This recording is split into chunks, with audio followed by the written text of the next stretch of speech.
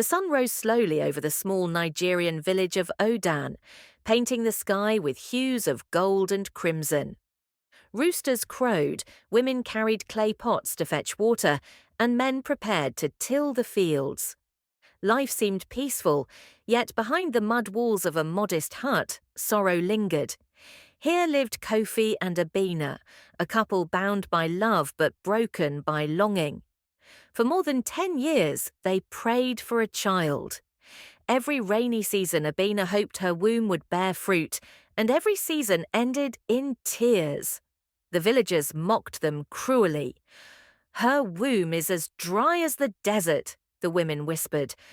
"A woman without children is like barren soil," muttered the elders. Abena often cried silently, but Kofi always held her hand. One night by the fire, he whispered, "Abena, my love, you are already my harvest, my wealth. Even without a child, I will love you until my last breath." His words soothed her heart, yet the pain remained. One night under a full moon, Abena dreamt of a white dove entering their hut.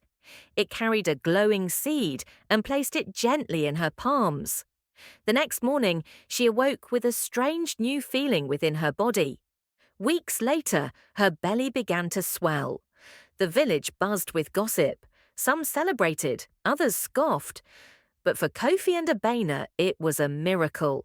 The elders summoned a revered oracle, a frail old man whose clouded eyes seemed to pierce the unseen.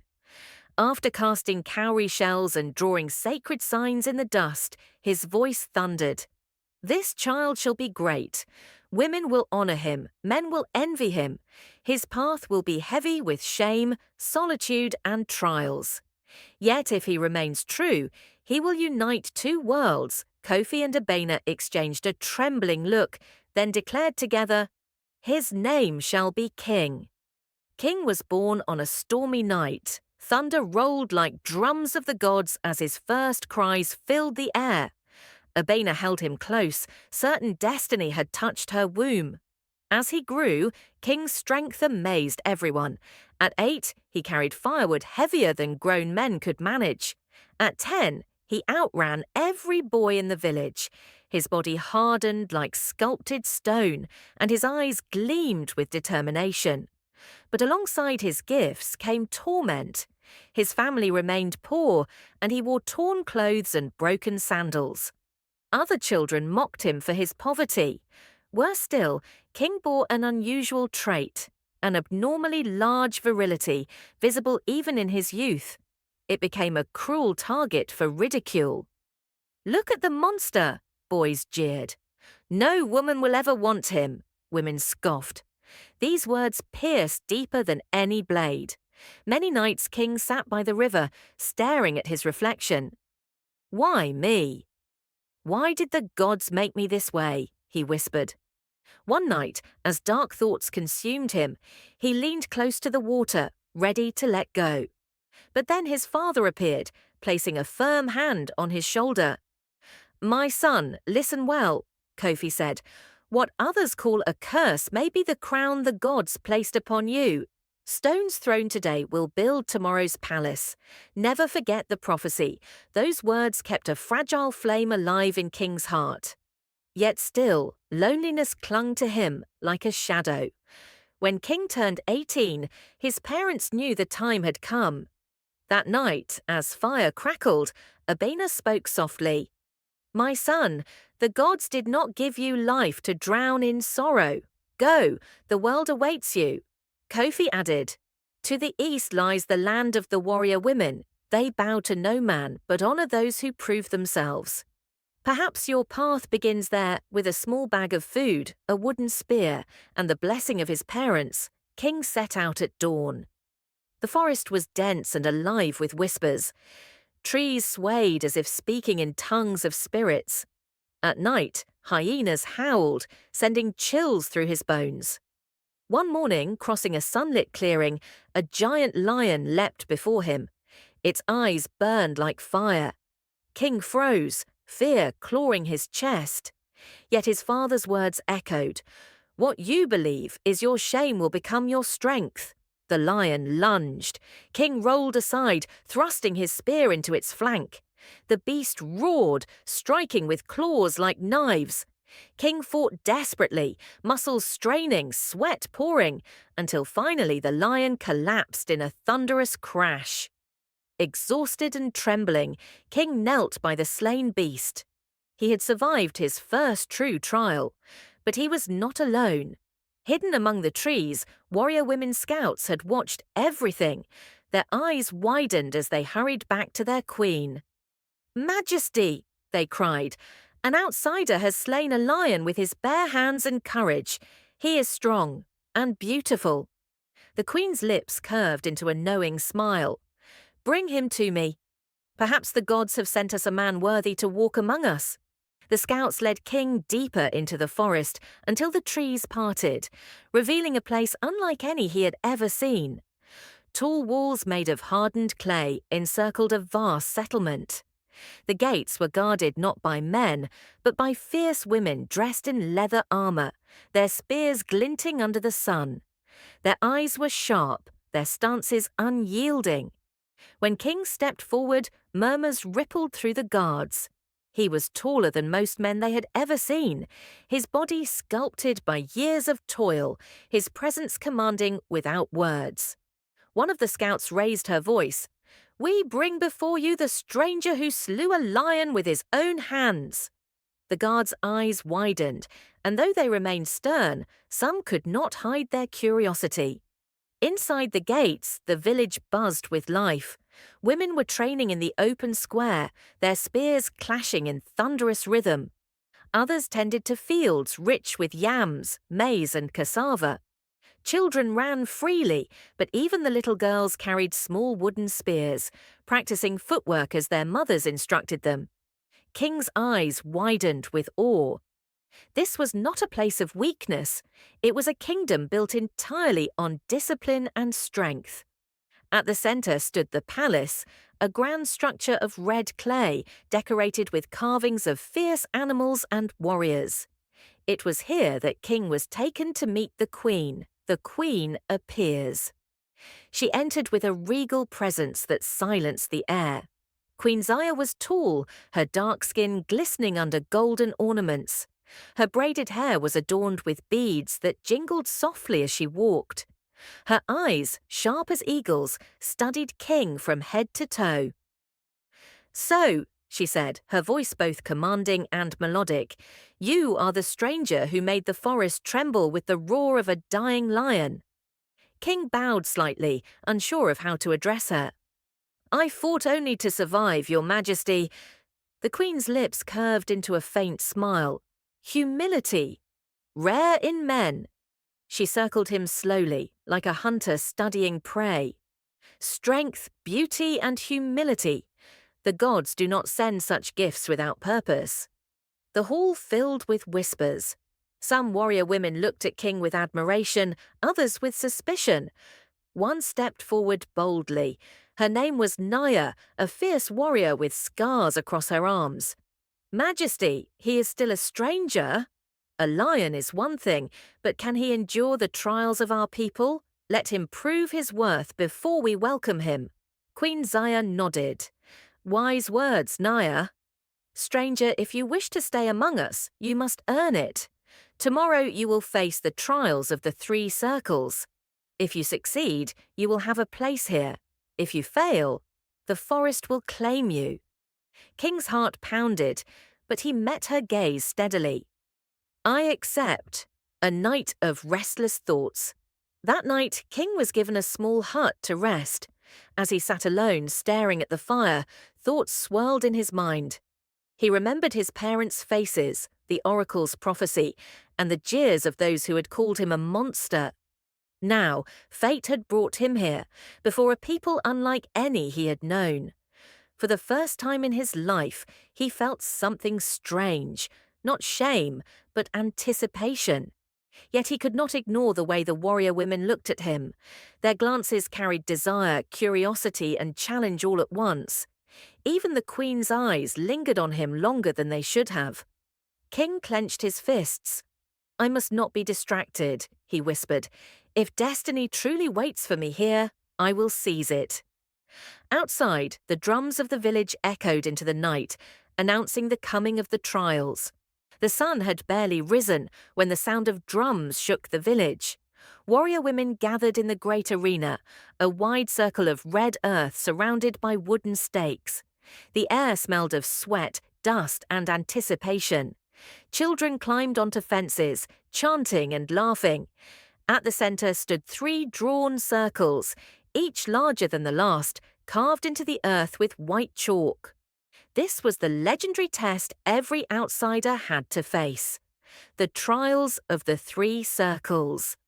Queen Zaya sat upon a high wooden throne, her golden beads glittering. Beside her stood Naya, the scarred warrior who had challenged King the night before, her eyes sharp with doubt. A voice announced, "Today, the stranger shall face the 3 circles. If he endures, he will walk among us. If he fails, his bones will rest with the forest beasts." The crowd roared. The first circle. Strength King stepped into the smallest circle. 2 warrior women entered as well, both armed with heavy wooden staffs. The rule was simple: remain standing within the circle for as long as possible. The women charged at him without hesitation. One swung her staff at his legs, the other aimed at his head. King moved swiftly, blocking with his forearms, his muscles straining. The strikes landed like thunder, but he held his ground. A child in the crowd shouted, "He will fall!" But King growled, seized one staff and twisted it from his attacker's grip, tossing her outside the circle. With a powerful kick, he sent the second staggering back. The crowd gasped. He was battered, but he still stood tall. "The first circle is complete," cried the announcer.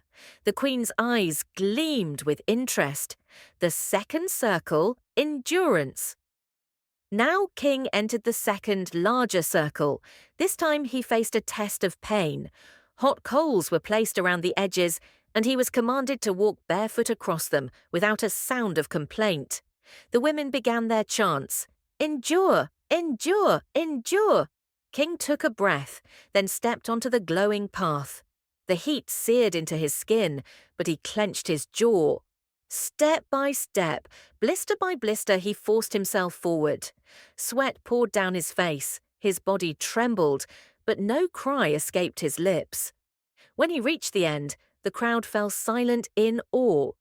Even Naya's stern gaze flickered with respect. The Queen leaned forward. Her voice was low, but everyone heard it. "This man is no ordinary stranger." The third circle, the beast. Finally, King entered the largest circle. At its center, a cage rattled violently. Inside roared a wild leopard, its eyes glowing with hunger. The rules: survive the beast. The cage was lifted. The leopard sprang out with terrifying speed, claws flashing. King dodged, barely avoiding the swipe that could have ended him. The crowd screamed, some in fear, others in excitement. The leopard circled him, growling. King's heart pounded, but his mind was sharp. He remembered the lion he had slain, the strength that had carried him this far. When the beast lunged again, King rolled aside, grabbed a fallen spear from the ground, and thrust it forward. The weapon pierced the leopard's shoulder. It shrieked, staggered, but did not fall. The fight raged on, man against beast, dust rising into the sky. Finally, with one last surge of strength, King wrapped his arm around the leopard's neck, twisting until the creature collapsed into silence. King dropped to his knees, exhausted, blood staining his arms, but alive. The verdict. The arena exploded in cheers and chants. "King! King! King!" For the first time in his life, his name was not spoken with mockery, but with admiration. Queen Zaya rose from her throne, her voice carrying through the air. "You have faced the 3 circles and triumphed. By strength, by endurance, and by courage, you have proven yourself. From this day, you are one of us." The warrior women saluted him, some with respect, others with desire burning in their eyes. Even Naya, though still stern, bowed her head slightly. King looked up at the queen, his chest rising with pride. I came here seeking a place in this world. Today I have found it. The queen smiled, but behind her regal calm, her thoughts stirred. This man, perhaps he is destined for more than even he knows. The drums thundered louder than ever, marking the birth of a new chapter in King's destiny. The morning after the trials, King awoke in a small hut prepared for him. The air was filled with the smell of herbs, gifts from the healer women who had treated his wounds. His body ached, but inside his chest burned a new fire, pride. When he stepped outside, the village greeted him not as a stranger, but as a hero. Children ran after him, calling his name. Women offered him fruit, water, and even jewelry. For the first time in years, King felt what it meant to belong. The Queen's watchful eye. From the high balcony of her palace, Queen Zaya observed him. Her eyes followed every move he made, the way his muscles flexed when he carried water, the quiet determination in his walk, the fire in his spirit.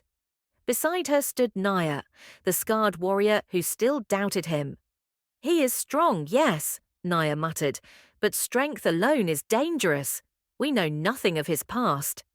The queen answered softly, her gaze never leaving King. Sometimes, Naya, destiny brings us men not from where they come, but from where they are meant to go. The training grounds. The warrior women began training King in their unique style of combat. Unlike the brute force he was used to, their art was swift, graceful, and merciless. At first, he struggled. They laughed as he fell, his movements clumsy compared to their elegance. But King was no quitter. Day after day, he practiced until his speed matched theirs, until his strikes flowed like water. Soon the same women who mocked him began to admire him. One of them, a young warrior named Lyra, often lingered after training. Her eyes spoke of admiration and something more. Whispers among the women. At night, the village buzzed with whispers. Around the fires, women spoke of the stranger who had defeated the beast. Some admired his courage, others desired him in secret. But the most dangerous whispers of all were about the queen herself. Many had noticed how often her eyes sought him during gatherings, how her smile softened when he spoke. For a queen to be interested in an outsider was unheard of and dangerous. The queen and the stranger one night, after a long feast celebrating the harvest, Queen Zaya summoned King to her private chambers. The room glowed with the warm light of oil lamps, the air heavy with incense. She stood by the window, her golden ornaments shimmering against her dark skin. "You have done well, King," she said softly. "You have earned not only respect, but also curiosity." King bowed his head. "I came here seeking a place in this world. I never imagined I would stand before a queen." She stepped closer, her eyes burning into his. "Perhaps, King, it is not the crown that chooses who is worthy, but the fire within the man." The silence between them was thick, charged with something unspoken. He could feel the pull, the danger, the temptation. But before anything could happen, the sound of drums echoed outside, an urgent call. A messenger burst in. "My queen!" Something stirs in the forest. The shadows move again. The queen's face hardened. Whatever moment might have sparked between them was swallowed by the alarm. She turned to King, her eyes sharp. "It seems your trials are not over. Darkness has returned." The night was restless. The drums echoed across the village as torches lit up the training grounds. Warriors rushed to the gates, their spears gleaming under the moonlight. King stood among them, his chest still bandaged from the trials, but his spirit unbroken. The air carried an unsettling chill, and the animals of the forest had fallen silent. A silence too heavy, too unnatural. The messenger's warning. The messenger knelt before Queen Zaya. Majesty, the scouts report movement in the forest.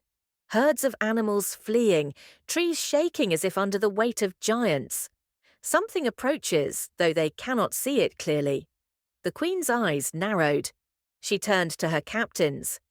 Double the guards. Prepare the archers on the walls. No one enters or leaves the village without my command. Then her gaze shifted to King. Stranger, your battle with the lion was fate, but tonight we face a shadow greater than any beast. Will you stand with us? King's voice was steady. I did not come this far to turn away. Whatever hunts us in the dark, I will face it. The first attack. Not long after, a scream pierced the night. From the tree line, a monstrous shape lunged forward, its body a grotesque mix of wolf and shadow, its eyes burning red. The women fired arrows, their tips coated in fire. The beast shrieked but did not fall. It leapt at the wall, claws tearing through clay as though it was straw. King grabbed a spear and ran toward the chaos. The warrior Lyra called out, "No, you're wounded!" But he ignored her. With a roar, he plunged the spear into the beast's flank. The creature howled, blood black as ink spraying across the ground. It staggered, but behind it, more shadows appeared. The forest was alive with red eyes, the battle of the night. The village erupted in violence. Spears clashed, arrows whistled, and torches fell, setting parts of the ground aflame. Women fought fearlessly, their movements a blur of skill and rage. King fought beside them, his strength unmatched. He smashed skulls, shattered jaws, and tore through shadows with the ferocity of a storm. Yet for every beast that fell, two more seemed to emerge. At one point, he was dragged to the ground, claws raking his shoulder. Pain seared through him, but he grabbed a fallen blade and drove it deep into the monster's throat. Queen Zaya herself entered the fight, wielding twin spears that danced in her hands like lightning. She fought with elegance and fury, her presence commanding even amidst chaos. The turning point hours passed, but the beasts kept coming. Exhaustion set in, and fear crept into the hearts of even the bravest. Then something inside King awakened. His mind flashed with the words of the prophecy. He will be great, especially in the eyes of women, and one day he will rule. His roar rose above the cries of battle, shaking even the shadows. He fought like a man possessed, his body glowing faintly in the firelight, as though the gods themselves guided his strikes. The warriors rallied behind him. With renewed strength, they pushed the beasts back toward the tree line. At last, as dawn broke, the shadows fled, swallowed by the rising sun. Aftermath. The village was scarred, but not destroyed. Bodies of beasts lay scattered, their black blood steaming in the early light. Women tended to the wounded, singing chants of healing and courage. Queen Zaya approached King, her face both weary and filled with awe. "You are no longer a stranger," she said.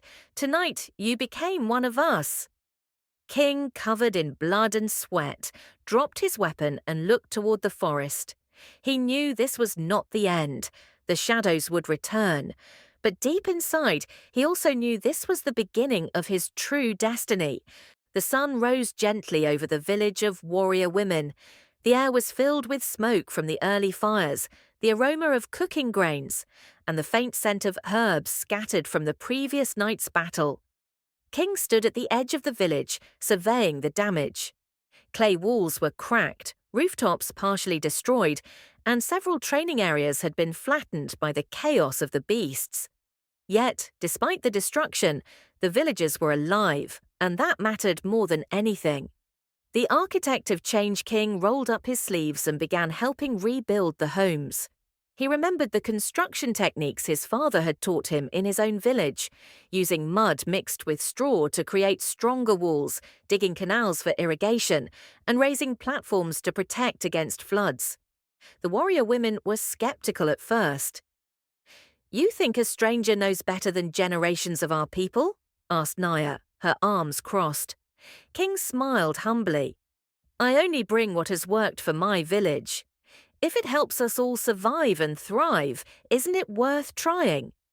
By the end of the week, several houses were sturdier than ever. King's techniques spread to the fields, where women learned to rotate crops, enrich the soil, and create simple but effective irrigation systems. Children laughed as they helped, and even the elders began nodding in approval. Admiration and desire. Word of King's contributions spread quickly. The women, already impressed by his strength and courage, now admired his intelligence and creativity. Some whispered behind their hands, "He is not only strong, he is clever." And handsome beyond measure, Lyra, the young warrior who had secretly watched him train, approached him one morning.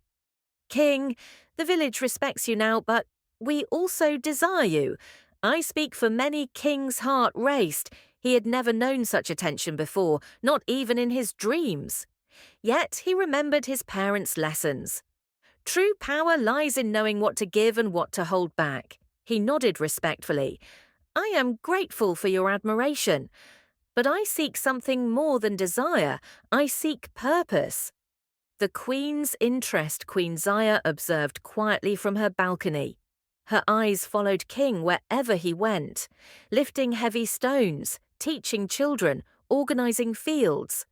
Her admiration for him was growing, but it was more than respect. It was fascination, and yes, a dangerous desire she could not ignore. One evening, she approached him privately. "King," she said softly, "your strength and wisdom have changed this village. You have proven that even the greatest warriors need guidance, and that even the strongest men can teach." King looked into her eyes, reading both challenge and longing. "Thank you, Your Majesty, but I am not here for power. I am here to help, to build, to create." She smiled faintly, but her eyes betrayed something deeper. "Perhaps destiny has other plans for you. Perhaps the crown you were born to wear is not here, but ahead." A new day in the village. Weeks passed, and the village began to transform under King's influence. New homes stood taller, fields were lush with crops, and children played freely, safe in the hands of their warrior mothers. King's presence became a source of both inspiration and tension. Women admired him openly, warriors challenged his skills in friendly sparring, and whispers of desire surrounded him constantly. Yet King remained focused. He had tasted power, respect, and attention, but he had not yet found the true purpose of his life. That realization would come only when he faced the next challenge, reuniting with his parents and proving that he had fulfilled the prophecy. The morning sun painted the village in shades of gold. King stood at the edge of the settlement, his bag packed with food, maps, and gifts for his family. The warrior women gathered to bid him farewell. Queen Zaya approached, her eyes a mixture of pride and longing. "King, when you return, remember that you carry not only your story, but the strength of this village. They will look to you as a hero, but do not forget who you truly are." King nodded, feeling the weight of her words. "I will not forget. I must see my parents. I must show them that I have fulfilled the prophecy." Naya, who had once doubted him, stepped forward and extended her hand. "May the spirits guide you, King. May your courage continue to shine." He grasped her hand firmly. "And may your village thrive with all the strength you possess." With that, King set out toward the east, leaving behind the village that had become his second home. Through the wilds. The journey was long and treacherous. King moved through forests, climbed hills, and crossed rivers. Memories of his childhood resurfaced, the ridicule, the loneliness, the shame he had carried for so long. Yet now, with his strength, wisdom, and courage, those same trials seemed distant. He walked not as the boy who had been mocked, but as a man forged in fire, tempered by battle, and guided by destiny. One night, under the vast sky, he looked at the stars and whispered, "Father, Mother, Soon you will see. I am no longer the boy you worried over. I am king, returned to Odan." As he approached the familiar village of Odan, he noticed how small and fragile it appeared compared to the world he had just left. The fields were dry, children played barefoot, and the mud huts stood in quiet simplicity. King's parents, Kofi and Abena, were in the courtyard when they spotted him. Their mouths fell open in disbelief. "Is it really you?" Abena cried, rushing forward. She hugged him tightly, tears streaming down her face. "My son, our king!" Kofi exclaimed, his hands trembling as he touched his son's strong arms. The villagers gathered, murmuring and pointing.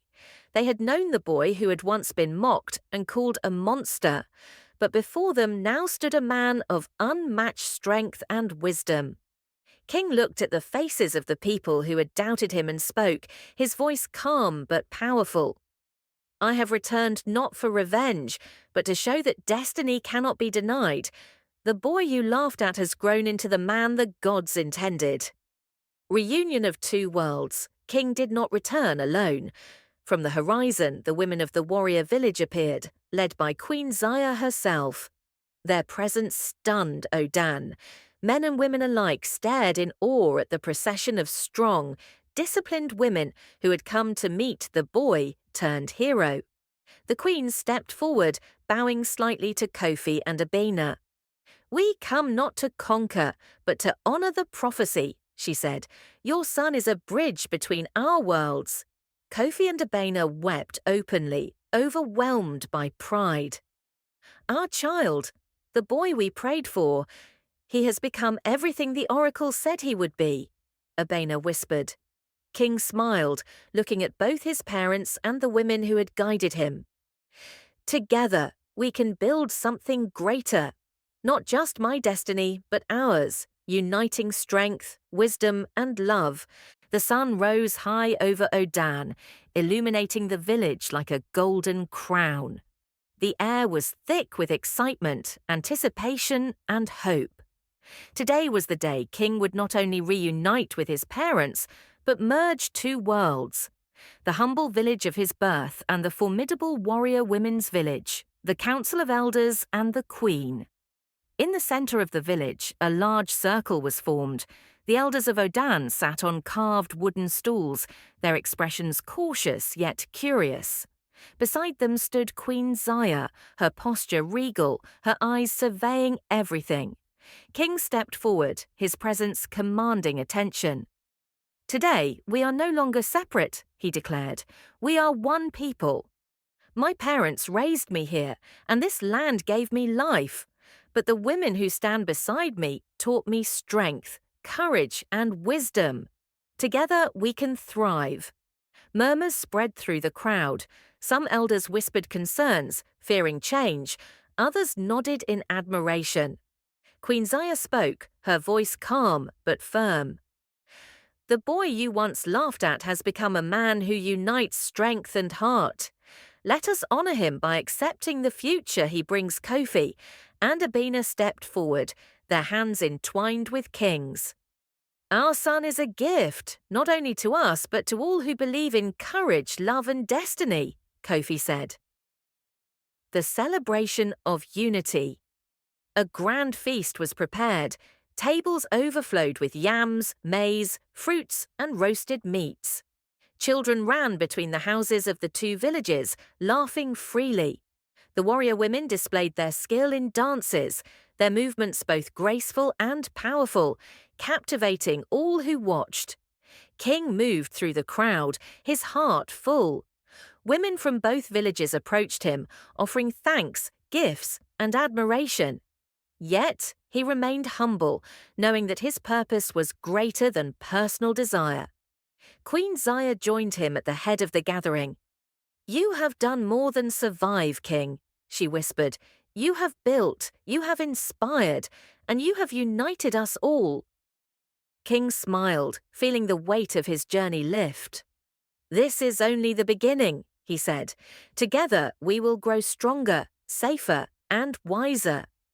Our children will inherit not fear or shame, but courage and love. Building a new village under King's guidance, the two villages began to merge. He taught Odan's farmers the advanced techniques of the warrior women, irrigation, crop rotation, and protective structures. He introduced new forms of housing, blending mud, wood, and stone to withstand floods and storms. Trade routes opened between the villages. Markets bustled with goods, music, and laughter. Children learned both strength and wisdom from their mothers, fathers, and elders. King had become more than a hero. He was a leader, a bridge, and a symbol of what could be achieved when courage and love worked together. A fulfilled prophecy. As the sun set, casting golden light over the newly united village, King stood atop a small hill overlooking both lands. He remembered the oracle's words. He will be great, especially in the eyes of women, and one day he will unite worlds. Now the prophecy had come true, not through ridicule or shame, but through resilience, intelligence, and the power to inspire those around him. Queen Zaya stood beside him, her hand in his. "You are more than I imagined, King," she said softly. "And together we will guide this world," he replied. Below, children played, farmers worked, and the people of both villages lived not in fear or doubt, but in hope. King's destiny was complete, not as a solitary hero, but as a man who united hearts, built strength, and sowed love. The wind carried his name across the land. King, the bridge between worlds. King, the son of destiny. And so, under the golden sun and the watchful stars, the villages flourished, bound forever by courage, wisdom, and the legacy of a boy who became a king. The end, but the journey continues. King's story reminds us that strength, courage, and love can transform even the darkest paths into a bright destiny. From ridicule and hardship to respect and unity, his journey shows that no obstacle is too great when you stay true to yourself and your purpose. Now it's your turn. What part of King's journey inspired you the most? What would you have done in his place? Leave your thoughts in the comments below. Checkmark, share this story with friends and family to inspire others. Support us by liking, subscribing, and sharing. Your engagement helps us create more stories like this.